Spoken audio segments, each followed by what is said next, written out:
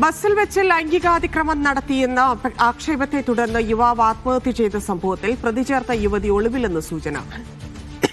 വടകര സ്വദേശി ഷിംജിതയ്ക്കെതിരെ കഴിഞ്ഞ ദിവസം കേസെടുത്തിരുന്നു. രാമന്തളിയിൽ നിന്ന് പയ്യന്നൂരിലേക്ക് വരികയായിരുന്ന അല്ലമീൻ ബസ്സിൽ വെച്ചാണ് ഷിംജിത വീഡിയോ ചിത്രീകരിച്ചത്. ആരും പരാതി അറിയിച്ചില്ലെന്നും സമൂഹമാധ്യമങ്ങളിൽ ദൃശ്യം പ്രചരിച്ചപ്പോഴാണ് വിവരം അറിയുന്നതെന്നും ബസ് ജീവനക്കാരടക്കമുള്ളവർ പറയുന്നു.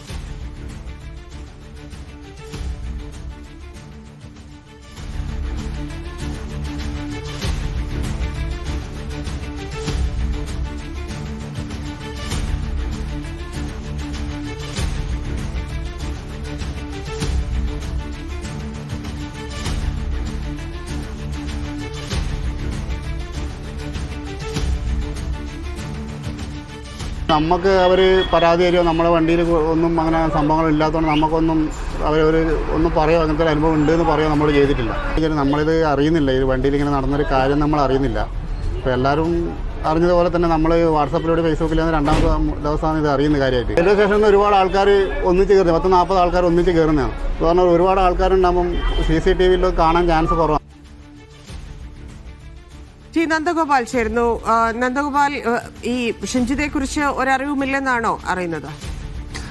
ഇന്നലെയാണ് ഷിംജിതയ്ക്കെതിരെ മെഡിക്കൽ കോളേജ് പോലീസ് കേസെടുത്തിട്ടുണ്ടായിരുന്നത്. ഇന്നലെ മാതാപിതാക്കൾ നൽകിയ പരാതിക്ക് പിന്നാലെ പോലീസ് ഈ വീട്ടിലെത്തി മൊഴി രേഖപ്പെടുത്തുകയും രാത്രിയോടെ FIR-ൽ ഷിംജിതയ്ക്കെതിരെ കേസെടുക്കുകയും ചെയ്തിട്ടുണ്ടായിരുന്നു.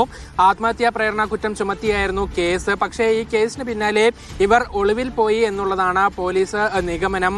ഇവരെ കണ്ടെത്താൻ സാധിച്ചിട്ടില്ല. കൂടുതൽ വിവരങ്ങളൊന്നും തന്നെ ലഭിച്ചിട്ടുമില്ല. ഏതായാലും ഷിംജിതയ്ക്കെതിരെ ഊർജിതമായ അന്വേഷണം നടക്കുന്നുണ്ട്. അതോടൊപ്പം തന്നെ ഷിംജിതയുടെ ഫോൺ ഉൾപ്പെടെ പോലീസ് അന്വേഷിക്കുന്നുണ്ട്. ഈ ദൃശ്യങ്ങൾ പ്രചരിപ്പിച്ചു എന്ന് പറയുന്ന ഫോണിന് വേണ്ടിയാണ് പോലീസ് അന്വേഷണം നടത്തുന്നത്. ഏതായാലും ഇതുമായി ബന്ധപ്പെട്ട അന്വേഷണമാണ് ഏറ്റവും കൂടുതൽ നടക്കുന്നത്. അതോടൊപ്പം തന്നെ വളരെ പ്രധാനപ്പെട്ട കാര്യം, പോലീസ് അന്വേഷണം ഊർജിതമാക്കിയതിന്റെ ഭാഗമായി ഈ സഞ്ചരിച്ച ബസ്, ഈ ബസ്സിലെ CCTV ദൃശ്യങ്ങൾ കൂടി ശേഖരിച്ചിട്ടുണ്ട്. ബസിന്റെ ജീവനക്കാരുടെ മൊഴിയും പോലീസ് രേഖപ്പെടുത്തിയിട്ടുണ്ട്. അതിൽ ബസിന്റെ ജീവനക്കാരുടെ പ്രതികരണം നമ്മളിപ്പോൾ കേട്ടതാണ്.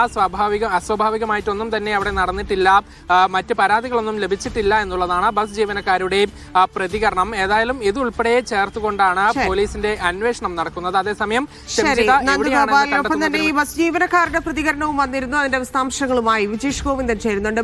എന്താണ് ഈ ബസ്സിൽ ഉണ്ടായിരുന്നവർ, ഒപ്പം തന്നെ ബസ് ജീവനക്കാരൊക്കെ പറയുന്നത്? കഴിഞ്ഞ വെള്ളിയാഴ്ചയാണ് ഉച്ചയ്ക്ക് 12:40 ദീപക്കും അതുപോലെ തന്നെ ജിംഷിത്തും ഈ വണ്ടിയിൽ കയറുന്നത്. അത് പയ്യന്നൂരിൽ നിന്ന് പയ്യന്നൂർ ബസ് സ്റ്റാൻഡിലേക്ക്, പഴയ ബസ് സ്റ്റാൻഡിലേക്ക് വരുന്ന ബസ്സായിരുന്നു. രാമന്തളിയിൽ നിന്ന് പയ്യന്നൂരിലേക്കുള്ള വണ്ടിയാണ്. അല്ലമീൻ എന്ന് പറയുന്ന ഒരു സ്വകാര്യ ബസ്സാണ്. ഈ ബസ്സിൽ പയ്യന്നൂർ റെയിൽവേ സ്റ്റേഷന് മുൻപിൽ വെച്ചാണ് ഇരുവരും കയറിയത്. ആദ്യം ഈ സ്ത്രീ കയറുന്നു. അതിന് പിന്നാലെ ഏകദേശം 1 മിനിറ്റ് കഴിഞ്ഞിട്ടാണ് ദീപക്കും കയറുന്നത്. അത് കഴിഞ്ഞുള്ള ദൃശ്യങ്ങളിൽ വലിയ ഒരു തിരക്കുള്ളത് കാരണം ഇതിനകത്ത് എന്തൊക്കെ സംഭവിച്ചു എന്നുള്ള കാര്യങ്ങളിൽ ദൃശ്യങ്ങളിലില്ല. പക്ഷേ ഈ ജീവനക്കാർ പറയുന്നത് അസ്വാഭാവികമായി ഒന്നും ഈ ബസ്സിനകത്ത് സംഭവിച്ചതായിട്ട് അവരുടെ ശ്രദ്ധയിൽപ്പെട്ടിട്ടില്ല എന്നുള്ളതാണ്. പയ്യന്നൂർ പഴയ ബസ് സ്റ്റാൻഡിൽ ബസ് വന്ന് ഇറങ്ങി, അതിനുശേഷം പോലീസ് എയ്ഡ് പോസ്റ്റിന് മുന്നിൽ വെച്ചാണ് ബസ്സിലുണ്ടായിരുന്ന യാത്രക്കാർ പുറത്തിറങ്ങുന്നത്. ഈ ഘട്ടത്തിലും അസ്വാഭാവികമായ എന്തെങ്കിലും സംഭവങ്ങൾ ഉണ്ടായി എന്നുള്ള പരാതി ആരും തന്നെ ഉന്നയിച്ചിരുന്നില്ല. അതുകൊണ്ട് തന്നെ ജീവനക്കാർക്ക് ഇങ്ങനെ ഒരു സംഭവം ബസ്സിൽ നടന്നു എന്നുള്ള യാതൊരു വിവരവും ഉണ്ടായിരുന്നില്ല. അത് കഴിഞ്ഞ് ഈ ദൃശ്യങ്ങൾ വലിയ തോതിൽ സമൂഹ മാധ്യമങ്ങളിൽ വൈറലായതോടെയാണ് ബസ്സിന്റെ ഉടമ ജീവനക്കാരുടെ അടുത്ത് വിളിച്ച് ഇത്തരത്തിലൊരു സംഭവം നടന്നിട്ടുണ്ടോ എന്നുള്ള കാര്യം തിരക്കുന്നത്. അതിന് പിന്നാലെയാണ് ദൃശ്യങ്ങൾ ഇവർ പരിശോധിക്കുന്നത്. ദൃശ്യങ്ങൾ പരിശോധിച്ചപ്പോൾ ഒരു ഘട്ടത്തിൽ ഈ സ്ത്രീ കയറുന്നുണ്ട്. അത് കഴിഞ്ഞ് ബസ് പുറപ്പെടാൻ നിൽക്കുന്ന ഘട്ടത്തിൽ, ഡോറടക്കം അടച്ച ഘട്ടത്തിലാണ് ദീപക് ഈ ബസ്സിനകത്തേക്ക് വരുന്നത്. മുന്നിലുള്ള ഡോർ തുറന്ന് ദീപക്കും മുന്നിലൂടെ തന്നെ ബസ്സിനകത്ത് കയറുന്നതാണ് ദൃശ്യങ്ങളിലുള്ളത്. എന്തായാലും സംഭവം വലിയ തരത്തിൽ വിവാദമായി. ദീപകിന്റെ മരണവും സംഭവിച്ചു. അത് കഴിഞ്ഞപ്പോൾ സ്പെഷ്യൽ ബ്രാഞ്ച് പോലീസുകാർ ഈ ദൃശ്യങ്ങൾ ബസ്സിൽ നിന്ന് ശേഖരിച്ചിട്ടുണ്ട്. ഒപ്പം തന്നെ ബസ് ജീവനക്കാരുടെ മൊഴി ഒരു പ്രാഥമികം എന്ന ഘട്ടത്തിൽ അവരുടെ വിശദാംശങ്ങൾ ചോദിച്ച് അറിയുകയും ചെയ്തിട്ടുണ്ട്. ധന്യ. ശരി, വിജേഷ്.